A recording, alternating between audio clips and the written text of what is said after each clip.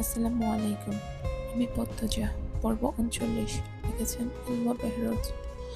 হেমলতার এহেম প্রশ্নে পূর্ণা চমকে উঠল। চাপা স্বরে অবাক হয়ে উচ্চারণ করল, আম্মা। সেকেন্ড কয়েক পর পূর্ণার উপর থেকে হেমলতা চোখ সরিয়ে নিলেন। পূর্ণা বলল, আমাকে চিনতে পারছো না? হেমলতা বিছানা থেকে নামতে নামতে বললেন, ঘুমটা হঠাৎ ভেঙে গেল, তাই এমন হয়েছে। সবার খাওয়া হয়েছে? পূর্ণা তখনও অবাক চোখে তাকিয়ে আছে। হেমলতা পূর্ণার দিকে তাকান, জিজ্ঞাসা করলেন, কিরে, কিছু জিজ্ঞাসা করছি না? হয়েছে, দুপুরে আজান পড়বে। এতক্ষণ ঘুমিয়েছি, আরো আগে ডাকতে পারলি না? ঘুমাচ্ছিলে আরাম করে, তাই ডাকিনি। ফজরের নামাজটা পড়া হলো না, এখন কাজা পড়তে হবে। তুই নামাজ পড়েছিলি তো? পড়েছি। খেয়েছিস? না। এরকম করে আর কতদিন চলবে? যা খেয়ে নে। পূর্ণা বাধ্য মেয়ের মতো হেঁটে চলে গেল রান্নাঘরে। ক্ষুধার পেট চোচো করছে, কতক্ষণ না খেয়ে রাগ করে থাকা যায়। হেমলতা খোলা চুল হাত খোপা করে নেন। এরপর কলপাড়ের দিকে যান। অজু করে ঘরে ঢোকার সময় দেখেন পূর্ণা খাচ্ছে। তিনি পূর্ণার উদ্দেশ্যে বলল, খাওয়া শেষ করে ঘরে আসিস। পূর্ণা খেতে থালা ধুয়ে গুছিয়ে রাখে। রান্নাঘর থেকে বের হয়ে দেখে চার গাছ লাগানোর জন্য বাসন্তী উঠানের এক কোণে বসে মাটি খুঁড়ছেন। পূর্ণা দৃষ্টি সরিয়ে হেমলতার ঘরে আসে। এসে দেখে হেমলতা জায়নামাজে অসম্ভব উদ্বিগ্ন হয়ে বসে আছেন। পূর্ণা ডাকল, আম্মা। হেমলতা চমকে তাকালো। পূর্ণা দ্বিতীয়বারের মতো অবাক হলো। চমকানোর কি এমন হলো? হেমলতা স্বাভাবিক হয়ে বলল, জায়নামাজ ভাঁজ করে ধীর স্বরে। এরপর পূর্ণার কাছে এসে বসে বললেন, পূর্ণা পাশে এসে বসে। হেমলতা ভারী কণ্ঠে বলল, আপার প্রতি এত রাগ কেন? আম্মাকে বলো। এখন রাগ নেই। প্রেমাপ্রান্তর মতো মিলেমিশে থাকতে পারবি না? ওরা বড় আম্মা ডাকে, তুই শুধু খালাম্মা ডাকবি। মাত্র উঠলে ঘুম থেকে, আগে খাও, এরপর বলবো। আমি এখনই বলবো। কথাগুলো বলবো করে বলা হয়নি। দেখ পূর্ণা, আপা অন্য পরিবেশে বড় হয়েছে, থেকেছে, তাই একটু অন্যরকম। তাই বলে মানুষটা তো খারাপ না। আপা সত্যি একটা সংসার চান, পরিবারের একজন সদস্য ভাবতে দোষ কোথায়? বাকি জীবনটা কটাক না আমাদের সাথে। আমার কাজকর্মে একজন সঙ্গী হলো। বয়স তো হচ্ছে, একা সব সামলানো যায়। আপারও বয়স হচ্ছে, কিন্তু দুইজন মিলে তো কাজ করতে পারবো। কয়দিন পর তোর বিয়ে হয়ে যাবে, প্রেমা বিয়ে হবে, শ্বশুর বাড়ি চলে যাবি, তখন আমার সঙ্গী থাকলো। আর এমন নয় যে আপার মনে বিষ আছে, আপারও ভালো সঙ্গী দরকার, ভালো পরিবেশ, ভালো সংসার। আমি দেখেছি আপা কত সুখে আছে এইখানে, প্রেমাপ্রান্তের জন্য জান দিতে প্রস্তুত। নিঃসন্তান বলেই হয়তো এমন। আপা কিন্তু এখন আমাদের ছাড়া অসহায়। ওনার মা মারা গেছে, বাবা তো নেই, আত্মীয় স্বজন নেই। এই বয়সে যাবে কই? আমরা একটু মানিয়ে গুছিয়ে নিতে পারি না? সতীন হলেও তো সে খারাপ হবে, সৎমা হলেই সে খারাপ হবে, এমন কোনো বাণী আছে? পূর্ণা বেশ অনেকক্ষণ চুপ রইল।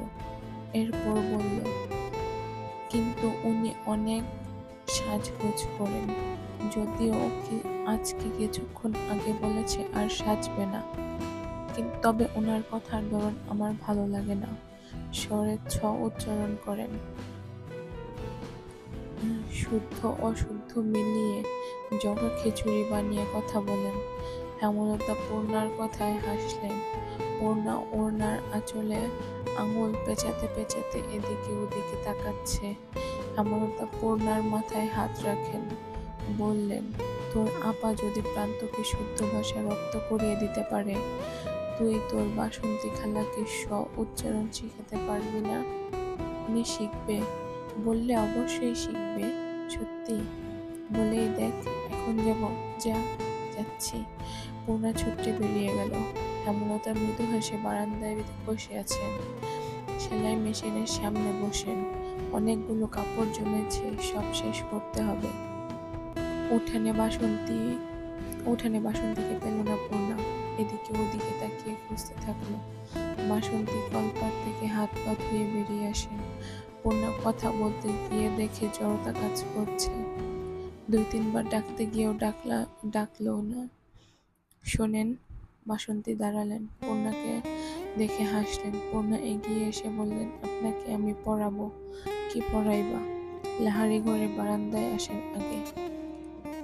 বাসন্তী কিছু বুঝে উঠতে পারছে না, তবে পূর্ণার পিছু পিছু গেলেন। বারান্দার চৌকির উপর পূর্ণা বসল। পূর্ণার সামনে বাসন্তী বসে উৎসুক হয়ে পূর্ণার গম্ভীর কণ্ঠে বলল, আপনাকে দন্ত স উচ্চারণ শেখাবো আমি। দন্ত স উচ্চারণ আমি পারি, আপনি দন্ত স না বলতে দন্ত স বলেন। শুনতে ভালো লাগে না, বলুন দন্ত স। বাসন্তী থতমত খেয়ে যায়, চোখ ছোট ছোট করে বলেন, দন্ত স। হয়নি, বলুন দন্ত স। দন্ত স। আবারও হয়নি। আচ্ছা বলুন সংসার। সংসার। সংসার। সংসার। সংসার উচ্চারণ করতে পূর্ণার মুখের সামনে ঝুঁকে পড়ে বাসন্তী। উপরে চলে আসছেন কেন? দূরে বসুন। বাসন্তী দ্রুত সরে গেলেন। পূর্ণা বলল, এবার বলুন। সন্তান। সন্তান। ফাটাফাটি হয়ে গেছে, আবার বলুন। আসছে। আসছে। আরে আবার ছ উচ্চারণ করছেন কেন? বলুন আসছে। আসছে। আসছে। হয়েছে, এবার বলুন সাজগোজ। সাজগোজ। হাওলাদার বাড়ির পুরুষের একসাথে বসে দুপুরের খাবার খাওয়ার জন্য। আলমগীর খলিল সবাই কাজে উপস্থিত আছে। আমির 2 দিন পর শহরে ফিরবে, তাই আলমগীর চলে এসেছে। অতিরিক্ত গরম পড়েছে। বাড়ির চারপাশে এত গাছপালা, তবু একটু বাতাস নেই। আমির লতিফা বসে আছেন। পদ্মজা ফরিনা রিনো খাবার বেড়ে দিচ্ছে। পদ্মজা আমিরের থালায় মাছ দিতেই আমির বলল, তুমি কখন খাবে? পদ্মজা চোখ তুলে তাকায়, বলল, আম্মার সাথে। এখন বসো না। জেদ ধরবেন না, অনুরোধ, ফিসফিসিয়ে বলল পদ্মজা। এরপর মাছের তরকারি আনার জন্য রান্নাঘরে যায়। বাটিতে করে মাছের ঝোল নিয়ে ফিরে আসেন। আমিরের দিকে তাকাতেই চোখ পড়ে আমিরের চোখ টিপল। পদ্মজার ঠোঁট কামড়ে হাসে।